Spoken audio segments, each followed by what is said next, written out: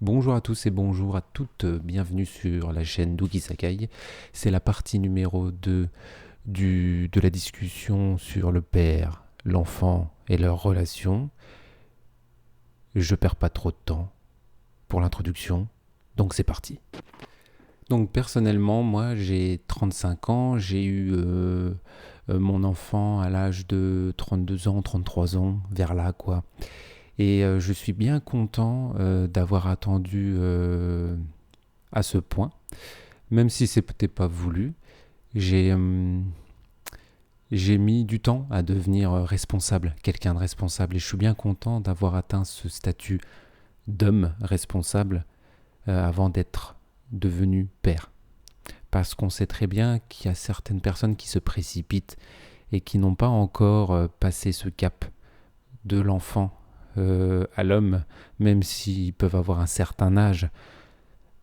Ça n'empêche pas que l'esprit parfois n'a pas encore intégré le principe de devenir un homme responsable. Et le fait d'avoir compris, d'avoir intégré ce qu'était un homme responsable avant d'avoir un enfant, ça me rassure. Et en plus de ça, comme c'est quelque chose que je connais par l'expérience, je vais pouvoir lui transmettre.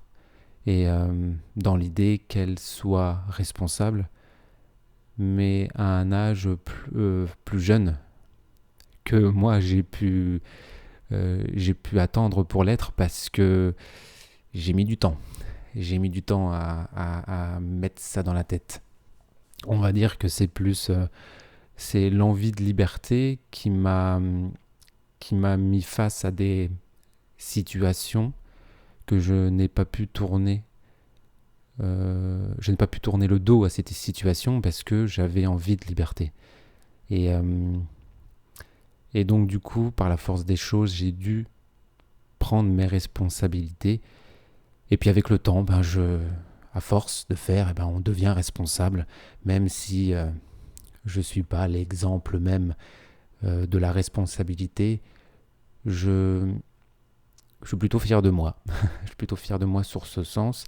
Et, euh, et je suis content au moins de comprendre ce qu'est un homme responsable. Et pourquoi, et c'est l'importance de le devenir. Et, euh, et c'est donc quelque chose que je vais pouvoir transmettre à mon enfant. Et, euh, et ça me fait vraiment plaisir. Moi, dans ma vie, j'ai toujours préféré l'enseignement lent, l'enseignement où on prend le temps de comprendre. Et, euh, et je sais que nous vivons dans un monde qui va vite, avec beaucoup d'informations. Et j'ai pris conscience que je resterai dans cet élan que j'aime, c'est d'apprendre à mon rythme, lentement, bien intégrer les choses, et que je vais enseigner dans ce sens. Je ne vais pas lui imposer le bruit du monde ou le rythme du monde sous prétexte que la majorité a choisi de vivre comme ça. Non, je vais rester sur ce que j'aime faire, du coup ce que j'aime donner, et je veux lui donner du temps pour lui offrir un apprentissage de qualité et pas un apprentissage de quantité. Ça, c'est une chose importante pour moi. J'ai remarqué plusieurs fois, d'ailleurs à chaque fois, que je vois mon enfant interagir avec le monde quand on va au parc ou alors quand on va dans un endroit public où elle voit du monde, que ce soit des adultes, des enfants, tout ça, de son âge ou pas. Je me, je me pose maintenant souvent la question quel est mon rôle dans tout ça? Est-ce que je dois agir par rapport à ces rencontres? Quelque part, non, c'est pas mes affaires. Mais il y a quand même une chose que je mets en priorité, c'est de surveiller la qualité de ces relations. Puisque je sais que les rencontres vont enrichir son expérience. Mais seules les relations de qualité vont pouvoir lui offrir cet échange d'expérience. Donc, ce que je me dis en tant que père, simplement, la chose à laquelle il faut que je me préoccupe, c'est sa qualité. C'est les relations de qualité. Après, peu importe quel genre de relation elle souhaite avoir, tant que c'est des bonnes relations, qui se passent dans la bonne humeur, dans la bienveillance, personnellement, tout le reste, la forme en elle-même, je m'en fous. Complètement. Je parle beaucoup de l'enfant et de porter de l'attention à l'enfant, de porter du temps, de donner du temps, de l'attention, tout ça. Mais il y a une chose que je n'ai pas oubliée, c'est que je ne me suis pas oublié, en fait. C'est-à-dire que je connais des parents qui s'oublient totalement pour se donner un maximum à leur enfant parce que c'est leur responsabilité. Ils ont signé pour ça quelque part, hein. Ils ont fait un enfant, c'est pas pour ne pas s'en occuper.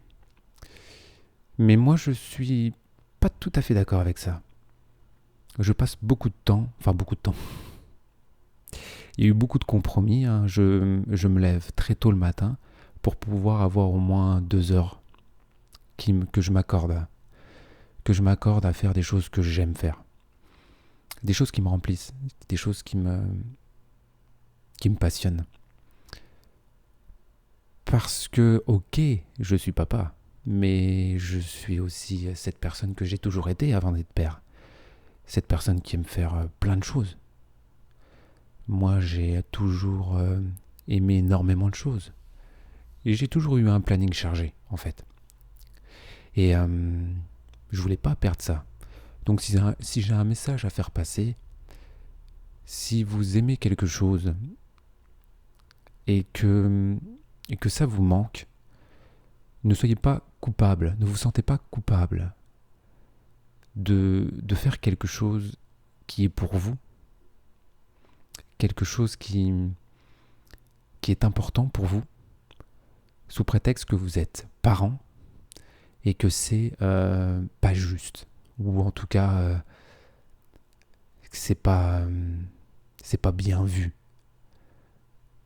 On est parent, on s'occupe de son enfant. Un point, c'est tout.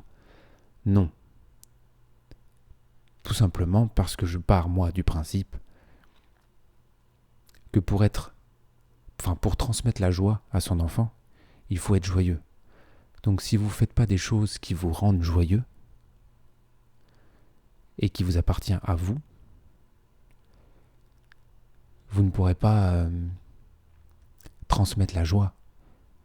Enfin, la vraie joie. La joie authentique. C'est mon point de vue. C'est comme ça que je fais. Je prends du temps pour moi. Je prends du temps pour les autres. Et puis comme ça, tout le monde est content. Une dernière chose que je voulais vous dire, c'était sur la perception de l'enfant. Comment l'enfant nous perçoit, nous les parents. Parce que souvent, on s'en rend pas compte. Ça m'est arrivé plusieurs fois. Mais on est vachement observé. On est vachement observé, vachement écouté. L'air de rien, quoi. Je me dis qu'on ne peut pas se cacher. Tout à l'heure, quand je disais faites quelque chose qui vous remplit de joie pour que vous soyez joyeux et que vous puissiez transmettre de la joie à votre enfant d'une manière naturelle. C'est là où je veux en venir. C'est que si vous avez des problèmes et que vous êtes que dans le métier, dans la profession, que dans le rôle de parent et que vous vous oubliez, vous risquez de ressentir un vide et ce vide peut vous rendre malheureux, peut vous frustrer. Et même si vous jouez la joie pour que votre enfant ne voit pas ce mal-être, je pense que c'est peine perdue et qu'il le verra de toute manière. Donc, il ne faut jamais oublier une chose. En tout cas, moi, j'y pense souvent, enfin en tout cas j'essaye d'y penser, c'est que nos enfants nous observent. Et qu'ils sont très intelligents. Et aussi, je suis convaincu qu'ils voient même ce que nous leur cachons. et qu'ils entendent ce qu'on ne dit pas. Donc,